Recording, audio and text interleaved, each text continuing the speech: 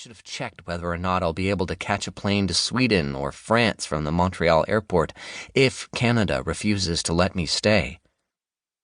I'd heard France and Sweden were the only other countries letting in people like me. Everything I knew about escaping to Canada was hazy at best. All of it came from rumors from strangers. Act normal, I told myself, hoping no one had noticed I'd exited America. Maybe no one cares. Maybe I'm not on any list.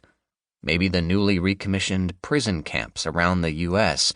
aren't for people like me. I lifted my head and smiled pleasantly, but not too pleasantly. Look sharp, but not too sharp. Don't stand out, I told myself. I was 22 years old, nearly 5'10" in height, slim and athletic with blue eyes and fair skin.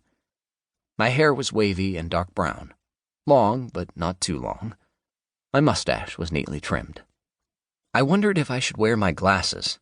They were gold wire-rimmed specs like the ones John Lennon wore on the cover of the Sgt. Pepper's album. I bought the glasses at a fancy optometrist shop in Beverly Hills right after the album was released in June.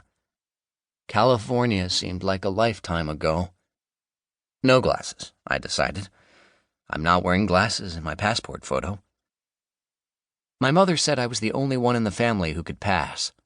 She meant that I looked more like a white American than anyone else in our family.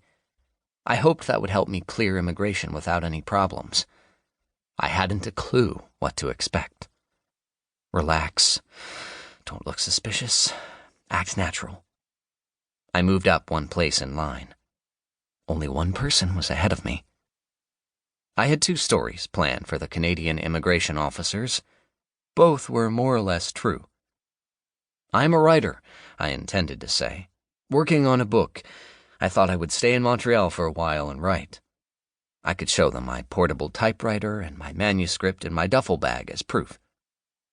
My other story was more ambiguous. I'm coming to Montreal to take in the sights. I intend to travel around the country. I'm planning on doing some skating, I imagined saying. The first part was true. As for skating, I packed an old pair of my father's skates in my bag on my last visit home. I hadn't been on skates in more than a decade. I hated skating. I felt foolish even having the skates with me. I wondered if they'd give me away. The immigration officer began interviewing the man in front of me. I was next.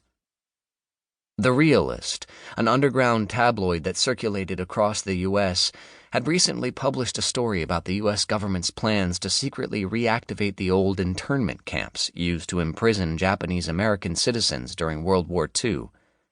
The camps were on standby, ready to be filled with every freak, peacenik, hippie, and protester as soon as the U.S. officially declared war on North Vietnam, which I kept hearing was imminent. Once war is declared, my friends in the Los Angeles music and film industries had assured me, the government would be free to declare martial law and arrest anyone they pleased. Stop thinking about the war.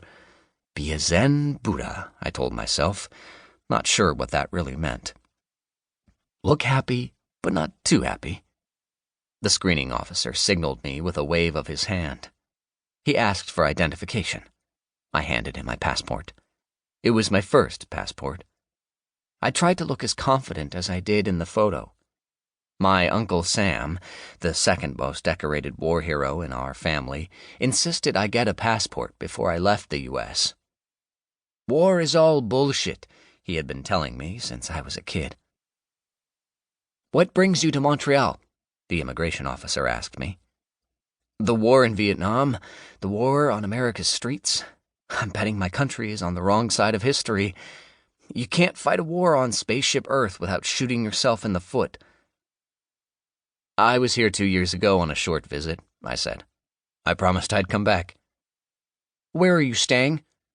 A friend of my uncle's, Crescent Street, downtown. I gave the officer the name of my uncle's friend, hoping I was pronouncing it right.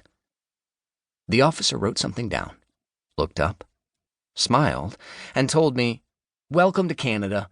Have a nice visit." He returned my passport and waved me through. It was that simple.